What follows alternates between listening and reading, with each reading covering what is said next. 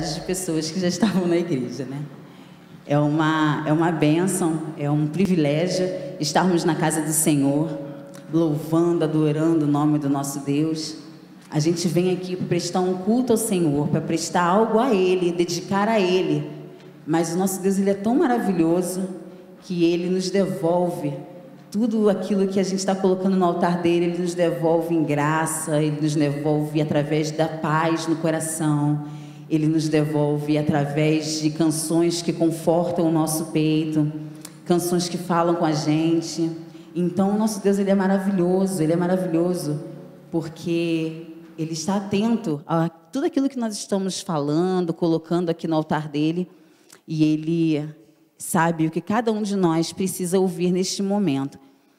Então, é com essa reverência, com essa humildade e com temor diante do Senhor que eu estou aqui diante da igreja, também diante dos irmãos que estão nos acompanhando, né, prestando culto também através da transmissão nos seus lares, com esse temor, né, com essa humildade diante de Deus que nós estamos aqui.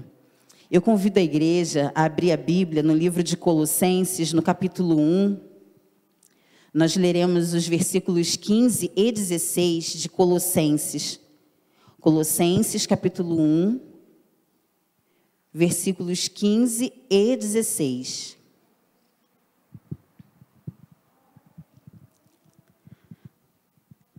A palavra do Senhor diz assim: Ele é a imagem do Deus invisível, o primogênito sobre toda a criação, pois nele foram criadas todas as coisas, nos céus e na terra, as visíveis e as invisíveis, sejam tronos, sejam soberanias, poderes ou autoridades, todas as coisas foram criadas por Ele e para Ele. Eu quero mais uma vez orar ao Senhor. Senhor nosso Deus e nosso amado Pai, neste momento, Pai, eu coloco minha vida mais uma vez nas Tuas mãos e peço que o Senhor esteja falando através de mim. O Senhor sabe que é um pedido que já tenho feito. E mais uma vez aqui, diante da tua igreja, eu reitero esse pedido, que não sejam minhas as palavras, mas que sejam palavras vindas do teu Espírito Santo para a tua igreja. Eu quero apenas ser usada por ti, Senhor. Cala em mim qualquer tipo de sentimento, ó Pai, humano, mas que teu Espírito Santo esteja soberano aqui sobre a minha vida. Em nome de Jesus. Amém. Irmãos, receber um convite, né, um chamado para trazer uma palavra à igreja do Senhor, eu confesso aos irmãos que não é um convite que você aceita e você fica relaxado, né, que você fique tranquilo. Eu acredito que os irmãos que já passaram por esse convite, que já estiveram aqui, né, Mariana, acredito que bate um nervosismo, porque aqui é a casa do nosso Pai. É diferente de quando a gente está palestrando. Eu dou aulas em muitos lugares, eu dou aulas para alunos que eu nunca nem vi. Mas quando a gente está na casa de Deus, trazendo a palavra dEle, a igreja, que é a noiva de Cristo, é um temor, é uma responsabilidade muito grande. É diferente de você dar uma aula no meio secular, você dar uma aula numa universidade, é muito diferente. Porque a palavra do Senhor, ela é viva, ela é santa, ela é pura. Então, o temor ao Senhor, ele é importante para que a gente passe exatamente aquilo que o Senhor colocou no nosso coração.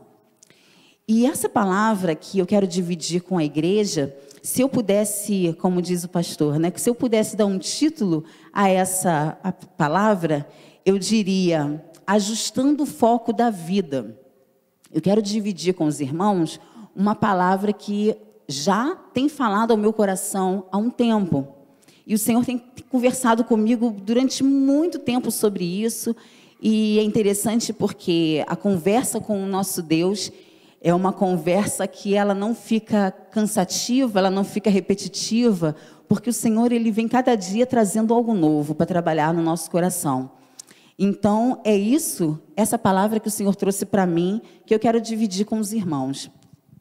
O texto que a gente leu, de Colossenses, capítulo 1, versículo 15 e 16, ele é um texto que ele vem dizendo um fundamento da vida que há algum tempo atrás é que eu parei para pensar no detalhe. Esse momento que a gente tem vivido, há um pouquinho mais de um ano, né? Esse momento de pandemia, esse momento de isolamento, é um momento que, de alguma forma, nos fez pensar de uma maneira mais serena, de uma maneira mais introspectiva. Acredito que quando surgiu toda essa questão do Covid, do vírus, onde tudo era muito desconhecido, nós estávamos com muito receio do que estava por vir e nós precisávamos ficar muito recolhidos em casa. Eu tenho certeza que os irmãos seguiram esse protocolo porque havia todo um suspense no ar e era o mundo inteiro envolvido nessa atmosfera. Eu me lembro que eu até falo hoje brincando, mas eu falei assim para minha mãe e os meus sogros também, né? Eles ficaram em cárcere privado, né? Eles não podiam sair de casa de jeito nenhum. Eu e Felipe, que fazíamos as compras do mês, de uma casa da outra, e foi um momento que pegou a gente muito assim de surpresa, mas eu lembro que o pastor Bahia também, ele falou uma palavra, logo no início dessa pandemia, que foi uma palavra muito importante. Ele falou assim: nós não podemos sair dessa pandemia do mesmo jeito que nós entramos.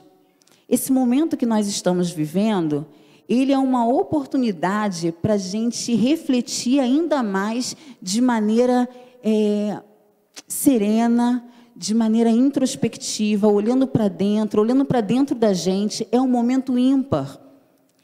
Porque mesmo que agora nós estejamos um pouquinho mais adaptados, não muito, né? Porque ainda é uma novidade, mesmo assim, ainda seguimos os protocolos, ainda seguimos algumas ressalvas que nos deixam mais em casa, mais pensativos, dando mais valor a questões que, de repente, a rotina da vida nos tirou. Se no cenário anterior a gente estava muito envolvido com trabalho, com metas do trabalho, com resultados a atingir nas empresas, com remuneração, com comissão, eu quero vender mais porque eu preciso de mais comissão, preciso de mais dinheiro, eu preciso disso, eu quero comprar aquele carro, eu quero fazer aquela viagem, enfim, a gente estava num outro momento. Agora você para e pensa: eu quero dedicar mais tempo à minha família, eu quero dar mais tempo aos meus pais. Os adolescentes começam a pensar: eu quero ficar mais tempo com os meus avós. Então é um momento que a gente saiu daquele agito todo e a gente começou a olhar mais para dentro, a ter um momento mais reflexivo, um momento mais pensativo. E esse momento, quando eu me vi nesse momento, eu comecei a parar para pensar e analisar, e eu olhei para trás, eu vi a minha jornada, até os caminhos que eu já tinha percorrido, e eu pensei assim: nossa, quantas coisas eu já fiz. Tenho 39 anos, não estou velhinha, estou jovem, né, na flor da idade, sou quase uma adolescente, por isso que a gente se identifica tanto com os adolescentes, porque a idade é muito próxima, né? Então eu pensei assim: nossa, mas a gente já viveu tanta coisa, a gente já teve tantas experiências na vida, de uma loucura intensa. Por que eu vivi tudo aquilo? E qual o objetivo de ter vivido tudo aquilo, por ter passado por tantas empresas, por ter trilhado tantos caminhos, por ter atingido tantos resultados surpreendentes? De repente, na empresa onde a gente trabalha, a gente já recebeu tantos aplausos. Qual o objetivo de tudo isso? E aí eu parei para refletir sobre isso, e essa passagem falou meu coração. Porque o finalzinho do versículo 16 diz assim: todas as coisas foram criadas por Ele e para Ele. Nessa parte do versículo, não tem uma continuação dizendo assim, exceto, não tem o exceto. Isso aqui é uma afirmação, e uma afirmação absoluta. Todas as coisas foram criadas por Ele e para Ele. Não existe reticências, não existe parênteses colocando algumas coisas fora dessa totalidade. E aí, eu parei para pensar e divido esse pensamento com os irmãos. Queridos, nós não nos criamos. Você não pode dizer que você se criou. Eu não me criei. Logo, eu não posso dizer por qual motivo eu fui criada. Se eu não sou a autora de mim mesma, eu não sou a criadora de mim mesma, Eu fui criada por Deus? Não foi pela minha vontade? Então, eu não posso dizer para qual finalidade eu fui criada. Quando um inventor, ele tem um grande insight, e ele tem uma experiência, ele faz uma engenhoca, você pode olhar aquilo, às vezes até meio torto, um negócio meio rústico, mas o inventor vai conseguir te dizer para que serve aquele invento. E ele vai te dizer com toda a propriedade, porque foi ele que criou. Como eu e você não fomos criados por nós mesmos, eu e você não conseguimos dizer por qual motivo fomos criados, para que fomos criados. Só quem pode responder isso é o Criador. Eu não posso responder por mim nem por vocês. Outra questão que eu cheguei à conclusão é que você e eu só existimos porque o Senhor deseja que assim seja. Você foi feito por Deus e para Ele. E até que eu e você, até que a gente compreenda isso, a vida jamais fará sentido. Eu posso alcançar diversos resultados. Eu posso ter muitas conquistas que vão me dar aquela sensação de contentamento momentâneo. Aquele momento que o aplauso acontece, aquele momento que você recebe uma medalha, aquele momento que você é reconhecido, que você sai na capa do jornal. Mas aquilo vai passar, aquele momento passa. E novamente a gente fica à procura de algo. Por quê? Porque, na verdade, eu existo para algo superior. Não são para essas coisas pequenas e materiais. Se eu fui feita por Deus e não o contrário, isso é um fato, viver quer dizer Deus me usar e te usar para o propósito dele. E não eu usar Deus para os meus propósitos. Essas são algumas verdades absolutas que iniciam a nossa mensagem, né? O nosso bate-papo aqui nessa noite. Essas são verdades absolutas. Eu não consigo responder para você por qual motivo você foi criado e nem por qual motivo eu fui criada. Só quem pode responder isso é o Criador, que é o nosso Deus. E aí, a gente pensa assim, Fernanda, mas assim, eu sou muito bem-sucedida, eu tenho dinheiro, minha conta bancária é maravilhosa, meu carro é zero, eu troco de carro todo ano, meu celular também é de última geração, eu não tenho o que reclamar, minhas contas estão todas em dia, eu pago até adiantado, não divido nada, pago tudo à vista. Ok, que bom que Deus te abençoe dessa forma. Agora, eu te digo algo que é importante, que eu aprendi, por isso que eu estou dividindo com os irmãos. Ser bem-sucedido não é sinônimo de viver com o real propósito de Deus. Ser bem-sucedido financeiramente não é sinônimo de que você está vivendo os propósitos de Deus para a sua vida. A gente consegue perceber essa diferença? Eu ter uma conta bancária cheia não significa obrigatoriamente que eu estou cumprindo os propósitos de Deus na minha vida. Porque na Bíblia não está dizendo que se você cumprir a vontade do Senhor, você vai ser rico financeiramente, né, monetariamente falando. Em nenhum momento na Bíblia diz isso.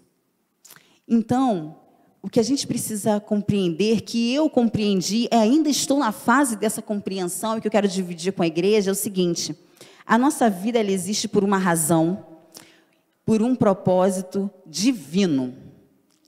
E que nós só estaremos, de fato, completos, nos sentindo realizados e plenos, se a gente entende isso. A gente entende essa máxima de que todas as coisas foram criadas por Ele e para Ele, e se a gente vive o propósito dEle, não o meu, o propósito dEle. E existem algumas vantagens, tá? Eu vou trazer aqui para vocês, agora eu vou enumerar algumas vantagens que nós temos quando a gente busca os propósitos de Deus e quando a gente vive os propósitos de Deus na nossa vida. Quando a gente busca e a gente vive os propósitos de Deus na nossa vida, a nossa vida, ela cria um sentido. A nossa vida passa a ter um sentido. Saber que todas as coisas elas foram criadas por Ele e para o propósito eterno nos dá sentido e nos dá esperança. Lá em Efésios, no capítulo 3, versículos 20 e 21, está escrito assim: aquele que é capaz de fazer infinitamente mais do que tudo que pedimos ou pensamos, de acordo com o seu poder que atua em nós. A Ele seja a glória na Igreja e em Cristo Jesus, para todas as gerações, para todos sempre. Amém. Ele é capaz de fazer infinitamente mais do que pedimos, do que pensamos, mas de acordo com o poder dele que habita em nós, e não o contrário. Então, a primeira coisa, quando eu entendo que a minha vida precisa ser baseada num propósito de Deus, porque se eu ficar buscando os meus propósitos, eu não vou me sentir pleno, eu vou ficar sempre nessa necessidade de algo mais. Acredito que vocês já tenham vivido isso, porque eu já vivi isso, de ficar sempre em busca de algo mais. Algo mais, algo mais. Cria uma meta. Eu trabalho a minha vida inteira em RH, né? E em RH a gente sempre tem aqueles planejamentos estratégicos e tal. A gente faz vários planos de ação e a gente mobiliza a empresa, mobiliza as pessoas e tal. E chegou a meta. Todo mundo chegou na meta. E parabéns, reconhecimento e tal. E aí? Aí agora outra meta. E a gente vai vivendo assim. Só que a vida com Deus, a gente precisa pensar que Deus tem um propósito maior, que não é aqui nessa atmosfera. O propósito do Senhor, ele vai além, porque os pensamentos do Senhor, eles são mais altos que os nossos. Os planos que o Senhor tem para você e para mim são planos que a gente não consegue compreender. Se a gente não consegue compreender, a gente precisa buscar nele. Senhor, qual é o seu propósito na minha vida? E quando eu busco, quando eu entendo e eu obedeço esse propósito, então a minha vida tem sentido. Uma outra vantagem para que a gente decida, porque isso é uma decisão, né? Porque a gente tem o livre-arbítrio, o Senhor não vai obrigar ninguém a cumprir os propósitos que Ele tem para a gente. A partir do momento que eu decido identificar, conhecer e viver os propósitos de Deus na minha vida, a minha vida fica muito mais simples. Isso simplifica a vida. É uma outra vantagem. Sabe por quê? Porque eu acredito que isso aconteça com você também, porque acontece comigo. Irmãos, é impossível a gente fazer tudo o que as pessoas querem que a gente faça. Quando a gente não entende o propósito de Deus, a gente fica tentando atender às demandas de várias pessoas ao nosso redor.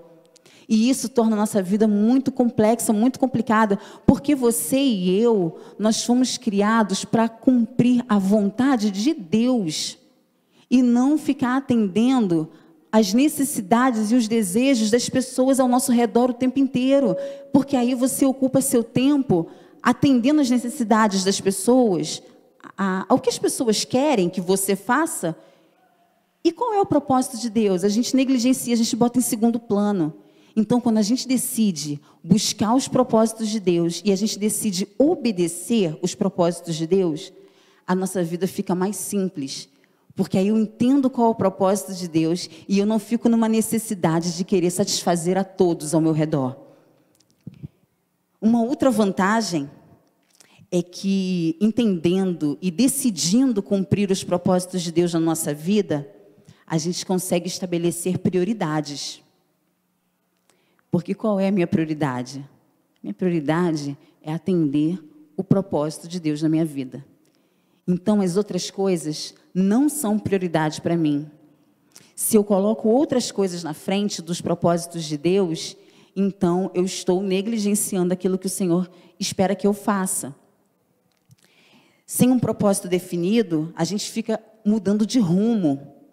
Aí a gente muda de emprego toda hora, a gente muda de relacionamento toda hora, a gente muda de igreja toda hora, na esperança que cada mudança seja uma mudança definitiva, ou que essa mudança preencha o vazio do nosso coração. Mas quando a gente entende o propósito do Senhor, a gente não precisa ficar pulando de galho em galho. Você entende qual é o propósito, independente do momento que você esteja vivendo, do momento que eu esteja vivendo, porque desafios e dificuldades todos nós passamos, em qualquer fase da vida. Independente disso, eu vou entender, eu sei qual é o meu propósito. Então, eu não preciso ficar mudando para tentar saciar um desejo do meu coração. A mudança, ela acontece desde que o Senhor me oriente que eu preciso mudar, que eu preciso sair, que eu preciso fazer uma outra, pegar um outro caminho. Mas, do contrário, eu não vou mudar os meus caminhos para atender o desejo do meu coração. Eu estou atendendo os propósitos de Deus. Então, eu tenho que seguir o que o Senhor quer que eu faça. Uma outra vantagem que a gente percebe na nossa decisão em cumprir o propósito de Deus é que essa decisão, ela nos prepara para a eternidade. Nós não devemos nos importar com o legado que deixaremos. Isso para mim foi muito importante, porque até um determinado momento da minha vida, eu pensava assim, mas qual é o legado que eu vou deixar? Eu preciso deixar um legado. Eu não posso passar aqui, ter passado aqui nessa terra a passeio. Eu preciso deixar um legado. Mas olha o que eu aprendi. Deixar legado significa que as pessoas vão lembrar de você, você vai trabalhar em função dessa memória, né? Eu vou trabalhar em função de deixar a minha lembrança, que as pessoas lembrem do meu nome. Mas eu preciso pensar no seguinte, nós não estamos aqui nesse mundo para sermos lembrados, mas sim para apontarmos para Cristo e nos prepararmos para a eternidade. Eu não estou aqui para deixar o legado da Fernanda, eu estou aqui para apontar Cristo. Se a minha vida aponta Cristo, então estou cumprindo o propósito de Deus para mim. A minha vida não pode ser resumida a ficar deixando legado. Quero deixar uma placa com meu nome, quero deixar um memorial em favor da Fernanda, para que todo mundo lembre do que eu fiz. Não, a minha vida é para apontar a Cristo. Então, isso foi algo importante para mim, porque até então eu achava que essa questão de vou deixar um legado era uma questão tão nobre. E aí eu percebi que, às vezes, a vaidade, ela está nas sutilezas. E quando eu penso em deixar legado no meu nome, pensando no meu nome, eu não estou apontando para Cristo. Eu estou apontando para o meu nome. E aí não é esse o propósito que o Senhor tem para mim. A Bíblia, lá em Romanos, no capítulo 14, versículo 10, a parte B, e o versículo 12, diz assim: pois todos compareceremos diante do tribunal de Deus. Assim, cada um de nós prestará contas de si mesmo a Deus. Quando eu lembro dessa passagem bíblica, e eu lembro que um dia eu estarei de frente com o Senhor, eu percebo que realmente eu não devo ficar me preocupando com o meu legado. Eu devo me preocupar com o que estou fazendo aqui para apontar a Cristo. Haverá um dia que nós chegaremos diante dele, diante do nosso Deus. E Deus, ele fará duas perguntas básicas. Olha, eu vou dividir isso com os irmãos, porque essa reflexão que eu fiz dessas duas perguntas, essa reflexão está no meu coração de uma maneira muito latente. Eu penso nisso todos os dias, o Senhor me faz revisitar essa reflexão todos os dias. Um dia estarei diante de Deus. E eu vou dizer uma coisa para você que está aqui e para quem está em casa. Independente do que você acredite, independente da sua opção religiosa, eu preciso te afirmar que estar diante de Deus no dia do juízo final não é uma opção. Ah, mas eu não vou querer estar diante dele, não. Não, desculpa te afirmar isso. Não é uma opção. Todos nós estaremos diante de Deus. Todos, sem exceção. A palavra do Senhor diz que todo joelho vai se dobrar e vai se render diante do Senhor, e todos estaremos diante de Deus para prestarmos contas a Ele. Então, independente de qual seja a sua escolha religiosa, do que você acredite, esse é um fato que a gente não consegue pular. Deixa para depois, né? Não, isso vai acontecer. E a primeira pergunta que o Senhor vai fazer para você, vai fazer para mim, e eu acho que é bom a gente já ir pensando nessa pergunta. Ele vai perguntar assim: o que você fez com meu filho Jesus Cristo? Deus não vai perguntar para você qual é a sua formação acadêmica, quantas faculdades você fez, se você seguiu fazendo pós-graduação, mestrado, doutorado. Deus não vai te perguntar quantos diplomas você tem pendurado na parede. Ele não vai perguntar seus títulos. Ele não vai perguntar se sua conta bancária ficou positiva ou negativa. Ele não vai te perguntar isso. Ele vai perguntar o seguinte: você aceitou o que Jesus fez por você lá na cruz? Você aprendeu a amar o meu filho Jesus? Você aprendeu a confiar nele? Você valorizou o sacrifício do meu único filho na cruz? Eu só tinha esse filho, e esse filho sem pecado nenhum, perfeito, santo, eu enviei para morrer na cruz por você. O que você fez com esse sacrifício? É uma pergunta forte. E o Senhor, como nos ama muito, a gente já pode parar para pensar nessa pergunta aqui, enquanto estamos aqui, porque um dia essa pergunta a gente vai precisar responder diante do Senhor. O que você fez com meu filho Jesus? Lá em João capítulo 14, versículo 6, diz assim: eu sou o caminho, a verdade e a vida. Ninguém vem ao Pai a não ser por mim. Essas foram as palavras de Jesus Cristo. Então, independente do que você acredite, essa pergunta vai ser feita a você e Deus vai esperar uma resposta. O que você fez com o sacrifício de Jesus, o Filho dele na cruz? Será que em algum momento da sua vida você ouviu falar sobre o sacrifício de Jesus? Em algum momento você esteve lendo a Bíblia, ou conversando com um amigo, ou ouvindo uma música, e você sentiu alguma coisa que você de repente não sabe nem dar nome, e eu te digo que é o Espírito Santo falando no seu coração: estou aqui, te amo, Jesus morreu por você, entrega a sua vida.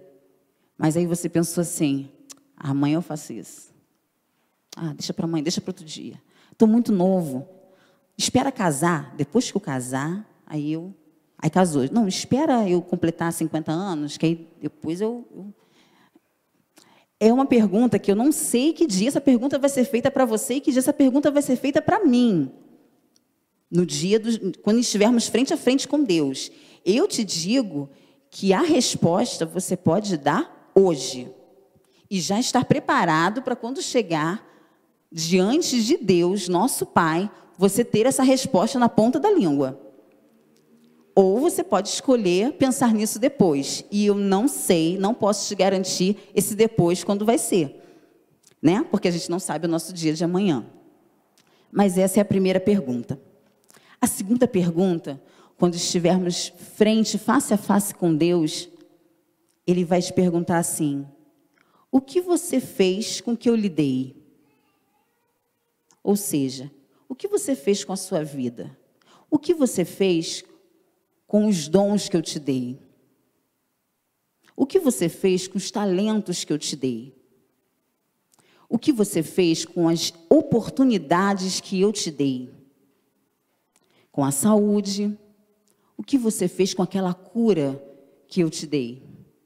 Com os relacionamentos que você viveu? Com os recursos? Com o ministério que eu coloquei na sua mão? O que você fez? O que você fez com os filhos que eu te dei? Os filhos não são herança do Senhor? O Senhor nos dá filhos, é para a gente? Não. Os nossos filhos, nós estamos aqui para amá-los, para cuidar deles. Mas um dia nós prestaremos conta dos nossos filhos a Deus. O que você fez com os filhos que eu te entreguei?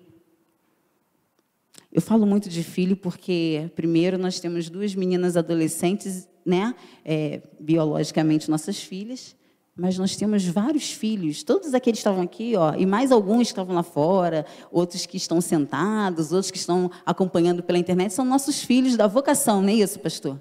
Filhos da vocação. E um dia o Senhor vai perguntar para mim e para você, o que você fez com os filhos que eu te dei? É importante essa pergunta, porque eu começo a parar e pensar, os recursos que eu tenho, o que eu estou fazendo? O tempo que eu tenho, o que eu estou fazendo com isso? Eu trabalho muito, Fernanda, eu trabalho de domingo a domingo para poder sustentar meu filho, eu trabalho de domingo a domingo para poder dar um estudo para ele. E que bom, que bom. Tá, e além disso, porque o Senhor não está perguntando quanto de dinheiro você investiu no seu filho. O Senhor está perguntando o que você fez com o seu filho, o que você fez com o seu carro, o que você fez com a sua casa, o que você fez... São os recursos que o Senhor nos dá. O que você fez com seus dons. E aí eu parei para pensar, gente, faz todo sentido. Todo aquele caminho que eu percorri, pelas empresas onde passei, pelas experiências que eu tive, é o Senhor falando comigo. O que você fez com tudo isso, Fernanda, que eu permiti que você vivesse? Toda essa bagagem que você adquiriu, o que você fez? Essa é uma pergunta importante. A gente precisa parar e pensar. Você gastou o que eu te dei com você mesmo? Ou você fez uso seguindo os propósitos que eu tenho para você? De que forma você usou esses recursos que eu coloquei na sua mão? Nós temos o livre-arbítrio, como eu falei, nós temos essa opção de pegar tudo aquilo que o Senhor nos deu e a gente usar para nós mesmos, para o nosso benefício. A gente pode pegar os nossos bens materiais, a nossa experiência, o que for, e usar só para a gente enriquecer, para a gente ocupar posição, para a gente ter status, para a gente ter conforto, olhando só para a gente. Ou a gente pode pegar os recursos que o Senhor Deus nos colocou à mão e a gente pode usar no propósito do Senhor. Incluindo os filhos. Incluindo os filhos. Os filhos fazem parte do propósito que o Senhor Deus tem para a nossa vida. A gente está orientando, a gente está colocando os nossos filhos no centro do propósito do Senhor, naquilo que Ele quer. Então, queridos, eu convido vocês hoje, assim como o Senhor já fez esse convite para mim, e eu aceitei esse convite, tenho feito essa reflexão, convido a vocês a entender melhor e escolher realmente viver segundo os propósitos de Deus para você. Porque quando você e eu decidimos seguir os propósitos de Deus, o caminho é para a paz. Seguir os propósitos de Deus, o caminho é de paz. Eu não estou falando de ausência de problemas, não. Estou falando de paz no coração. Paz no caminhar, mesmo que as dificuldades venham. É paz, é você sentir que você não está só. É sentir que Deus está com você. Que você pode caminhar confiante porque você está seguindo os propósitos de Deus. Essa palavra que o Senhor trouxe no meu coração e eu divido com vocês, ela é uma palavra para você que, assim como eu, já está nessa caminhada com Deus. De repente, você já nasceu em berço cristão, ou você já está nessa caminhada há muito tempo. E aí, de repente, a primeira pergunta, o que você fez com meu filho Jesus, é muito fácil responder. Porque aí eu posso falar assim, o que eu fiz? Eu aceitei Jesus. Eu aceitei Jesus no meu coração. Eu creio, confio no Senhor. Então, que bom que a primeira pergunta a gente pode estar tranquilo em responder. Mas pode ser que a segunda pergunta ainda esteja nos causando um pouquinho de desconforto. Sabe, porque ao longo da caminhada, muitas coisas acontecem que nos fazem perder esse brilho de querer viver o propósito. Muitas vezes, quando a gente aceita o Senhor, a gente tem aquele primeiro amor e a gente está cheio do fogo do Senhor, a gente está avivado, a gente quer trabalhar, a gente quer fazer, a gente dedica o nosso tempo, a gente dedica a nossa energia, a gente dedica os nossos pensamentos, horas de estudo na palavra, tudo isso porque você acabou de aceitar Jesus, você conheceu Jesus naquele momento e você está totalmente apaixonado, e aí você está daquela forma. Mas ao longo do caminho, as coisas vão acontecendo e a gente pode ir se acomodando. E hoje, quando a gente ouve essa pergunta, o que você fez com que eu lhe dei, pode ser que a gente fique meio desconfortável para responder, porque aí a gente pensa assim, nossa, verdade.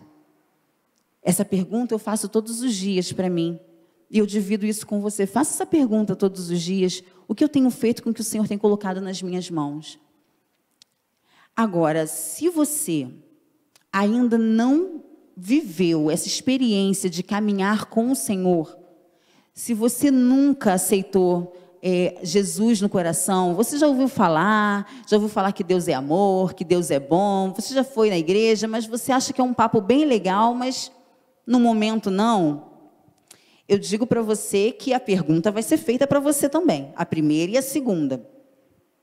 Então, a gente precisa pensar muito bem nessa primeira pergunta e na segunda pergunta. Você que não viveu essa caminhada com Cristo, pare, reflita, qual tem sido a sua resposta, porque ainda dá tempo de pensar e responder essa pergunta de forma que eu e essa igreja possa afirmar que um dia estaremos todos juntos no céu. Para a gente afirmar isso, é importante que você também afirme que você está aceitando Jesus no seu coração, porque não existe outra maneira de chegarmos ao céu se não for através do sacrifício de Jesus Cristo na cruz. Então, pare e reflita e saiba que Deus te ama muito e o desejo do coração do nosso Deus é que sim, você esteja conosco no céu. Um dia estaremos todos juntos diante de Deus na eternidade e nós queremos que você esteja junto com a gente. Porque o amor do Senhor, ele é enorme, ele é infinito e cabe para você também. Ele transborda do nosso coração e cabe para você.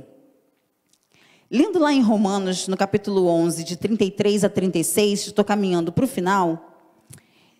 Romanos 11, de 33 a 36, diz assim: ó profundidade da riqueza, da sabedoria e do conhecimento de Deus! Quão insondáveis são os seus juízos e inescrutáveis os seus caminhos! Quem conheceu a mente do Senhor? Ou quem foi seu conselheiro? Quem primeiro lhe deu para que ele o recompense? Pois dele, por ele e para ele são todas as coisas. A ele seja a glória para sempre. Amém. Vamos orar? Senhor, nosso amado Pai, eu te agradeço, Senhor, profundamente o amor que o Senhor tem para com as nossas vidas. Eu te agradeço, Senhor, porque um dia o Senhor me escolheu para ser sua filha. E eu te agradeço, Senhor, porque um dia o Senhor escolheu os meus irmãos para sermos todos uma única família através do sacrifício de Jesus na cruz. Eu te agradeço, Pai, esse momento de oportunidade daqueles que ainda não vivem essa comunhão com teu Filho Jesus Cristo. Senhor, que essa oportunidade seja especial e que teu Espírito Santo esteja falando ao coração daqueles que ainda não te conhecem, para que venham a te conhecer, para que sintam, ó Pai, a necessidade de se sentirem completos através de Jesus Cristo, porque é a única maneira que nos sentiremos completos, realizados e plenos. Senhor, tenha misericórdia das nossas vidas, derrame graça sobre as nossas vidas, tenha misericórdia daqueles que ainda não te conhecem, que seja o dia aceitável e que possam, ó Pai, permitir que o Senhor Jesus faça morada no coração deles. Nós pedimos porque nós amamos porque o Senhor nos amou primeiro, e esse amor nos faz levar o teu evangelho, levar a tua palavra, e é isso que nós estamos fazendo. E é em nome de Jesus que nós oramos. Amém. Eu peço a Deus, então, que o Espírito Santo continue falando no seu coração, como Ele vai continuar falando no meu. E se você ainda não caminha com Deus, eu posso te afirmar que se você responder a primeira pergunta com toda a sinceridade do seu coração, dizendo que quer deixar Jesus Cristo habitar em você, então você vai ter o direito de ser chamado filho de Deus. E você vai poder chamá-lo de pai. E a música que a Banda Tim vai cantar, já pode ir chegando aqui na frente, Banda Tim. A Banda Tim vai cantar agora no pós-lúdio. Ela vai fazer sentido para você. Se você ainda não aceitou Jesus Cristo no seu coração, o dia, o momento, pode ser hoje. Não espere para amanhã. Ao final do culto, você pode procurar os pastores daqui da igreja. Nós temos o pastor Idemir, nós temos o pastor Josué, o pastor Bahia, nós temos várias pessoas, o pastor Itiel também está ali atrás, nós temos líderes na igreja. É só você sinalizar para alguém. Tem um cartãozinho no banco que fala sobre a resposta, sua resposta ao culto. Marca ali seu nome, entrega para alguém da igreja. Eu queria esse contato, eu quero realmente experimentar quem é Jesus. Se você aceitar Jesus no coração, não existe primeira etapa, segunda etapa, terceira etapa. Não é assim. Aceitar Jesus no seu coração de verdade, sinceramente, você será adotado por Deus. E você será chamado filho de Deus. E você vai poder chamar o Senhor, nosso Deus, de Pai.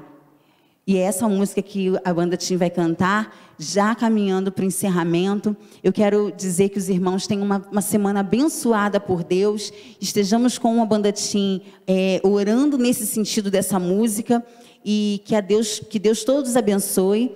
E após essa música, o culto estará encerrado.